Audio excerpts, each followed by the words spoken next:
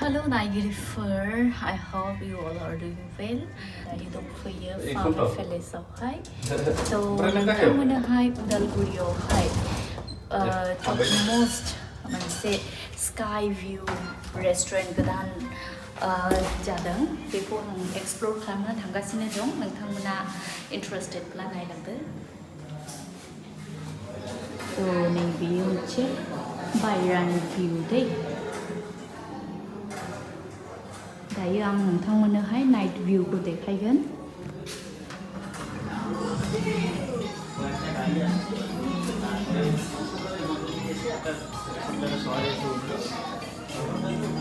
आं दिनैहाय just night भिउ खौ देखायगोन नोंथांमोननोहाय बिथांमोना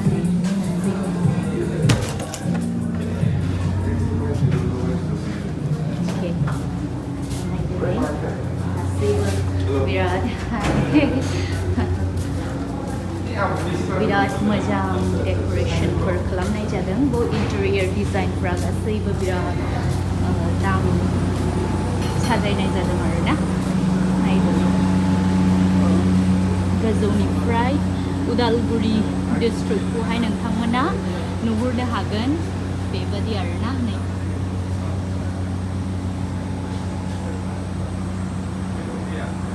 जस्ट बै रोड साइड को आङो नोंथांमोननोहाय एक्सप्लोर खालामनि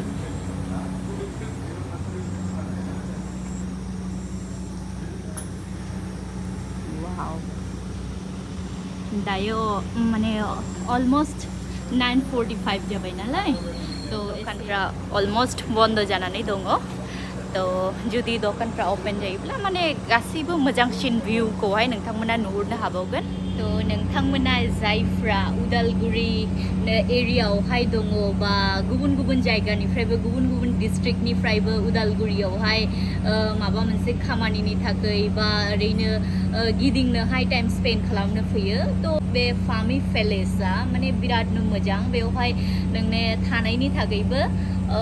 एन्ड बेवहाय दायो रेस्टुरेन्ट दा मोनगोनसै फेसिलिटी बिरादनो मोजां तो दायो आं बे ब्लगावहाय एसेबां मोजाङैहाय आं क्लियारैहाय आङो एक्सप्लोर खालामथ'वाखै तो नोंथांमोननोहाय आङो नेक्स्ट भिडिअआवहाय आङो क्लियारै गासैखौबो आङो एक्सप्लेन खालामनानै खिथागोनसै आरो देखायगोन बेखौहाय सार्भ खालामफैग्रोबाय चिकेन पेरि पेरि आरोना तो टेस्ट खालामनोसै आङो नोंथांमोननि सिगाङावहाय माबोरै मोनो आरोना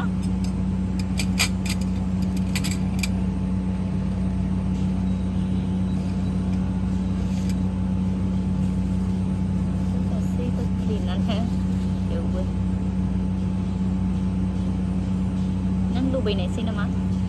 हा आंनि आदाया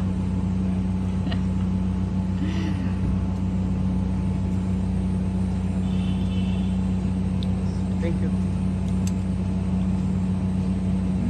गोथाव आंनो बुंनानै होनसै नै बिराद गोथाव ब्लग लानायाव पुरा बिनिफ्राय ओरै भैरबकुन्द बिब' बिनानाव हाजो क्लियार नुहुरगोन दे टाइमाव भिउआ उदालगुरि टाउननि पुरा भिउ नै ओरैबो आरो ओरै थाङोब्लाबो सरि ओरैहाय खाथियाव नैबेबो हटेल आब'नि जोमोनि द डिजे टावार ओरैहाय पुलिस स्टेशन थाबाय पुरा नैबे उदालगुरि टाउननि भिउ ओरै नै टाउननि भिउ बे पुरा बहाय एनभाइरनमेन्टआ जोबोद मोजां आरो थान्दा टेस्ट खालामगासिनो दङ एसेसो बिराद टेस्टी टेस्टी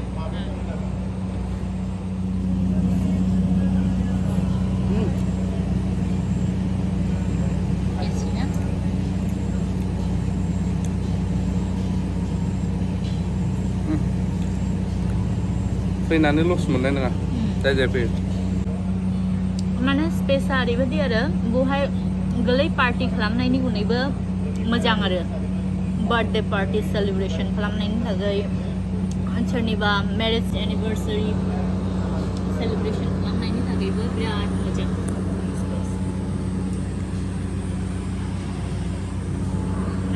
बेयावनि जे इन्टेरियर डिजाइन बानायदों माने आं मोजां मोनदों बिरादनो क'क्राझारनि आदा पुनितमोन बानायदों लिड गिटारिस्ट बेरे बेन्डनि हासबेन्ड एन्ड वाइफ बिराद मोजां बानायो बिसोरो इन्टेरियर डिजाइन इन फिउचार मालाबाफोर जुदि बेबायदि प्लानिं जायोब्ला हयतोबा लिंहरनो हागौ आं इउटुबाव नायनो हागोन एच एन्ड डिजाइन बिराद मोजां मोनदों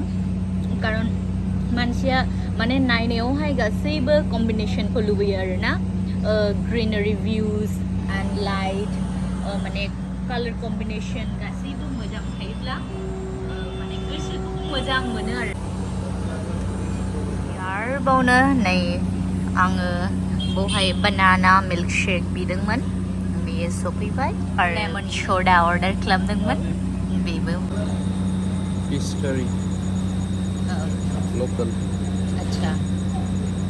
तो दायो नै राइस एन्ड फिश कारि जानोसै माने आङो बेदरखौ जानो बाबाय ओरैबायदि अभार जाबायना बेसेबांसिम जाबाय जोङो 2 weeks बारबाय नामा एभ्रिडे माने लान्चबो डिनारबो ना बेदर बिदि जायैनो माने आङो प्रेसारखौ एसे बोरैबा मोनदों आरो प्रेसार दावखोनाय बायदि मोनदों खर'आ एसे गिदिनेस जानायखाय आं सानबाय एसे जानायखौहाय कन्ट्रल खालामदोनि नामा होननानैहाय आङो दहाय सानजौफुआवबो आङो बेदरखौ जायाखिसै थ' उपाय गैया नै दायो फिश होमब्लाबो जाबावनोसै मोनायावहाय गासैबो भिउसखौ देखायनो हायैखाय आङो दायो फुंनि सानराइज जानायनि भिउसखौ देखायनो थाखाय फैबाय नोंथांमोननो ओरैबायदि समायना नै एकदम आर्लि मर्निं गासैबो फ्रेश फुङावहाय माब्रैबादि भिउस नुयो नोंथांमोना नायनो हागोन समायना आरोना आं देखायहरनि नोंथांमोननोहाय टाउनखौहाय बोरै नुयो बेनिफ्राय वाव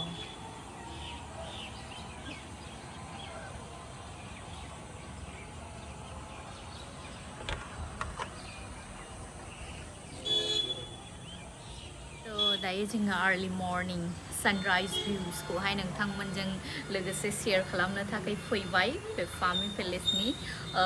बे रेस्टुरेन्टआवहाय आरोबावनो बे भिडिअनि गेजेरजों नोंथांमोना night views and early morning sunrise भिउखौ नोंथांमोना नुगोन आरो नेक्स्ट भिडिअआवहाय नोंथांमोननो आङो बाखि जे सिङावहाय मा दंबावो रेस्टुरेन्टआवहाय बेफोरखौ आङो गासैखौबो नोंथांमोननोहाय एक्सप्लेन खालामनो नाजागोन ओरैनोथ' जोङो माने बांसिन टाउनफ्रावहाय आरोना रुम सिङाव थायोब्ला सानराइज बिदि जानायफोरखौहाय जोङो बारा मोनबाय थाया क'क्राझाराव गैबावा बिदि बहुतनो स्काई भिउ पइन्ट मानसिनि हेल्थनि थाखायबो भिटामिन डिआ नेसेसारि आरो दाबोनो बिटिसिआव हयथ' बेफोरबायदि माने स्काई भिउ नुग्रा बेबायदि जायगाफोर जायाखै नामा थ' बेयावहाय फैनानैहाय बिरादनो मोजां मोनदों आरो उदालगुरि पुरा डिस्ट्रिक्टनि बे टाउनखौहाय पुरा नुहुरजोबो आरो थ' एसेनोसै रायजोफोर नेक्स्ट भिडिअआवहाय लोगो मोनबावगोनसै नोंथांमोनजों गोजोन्थों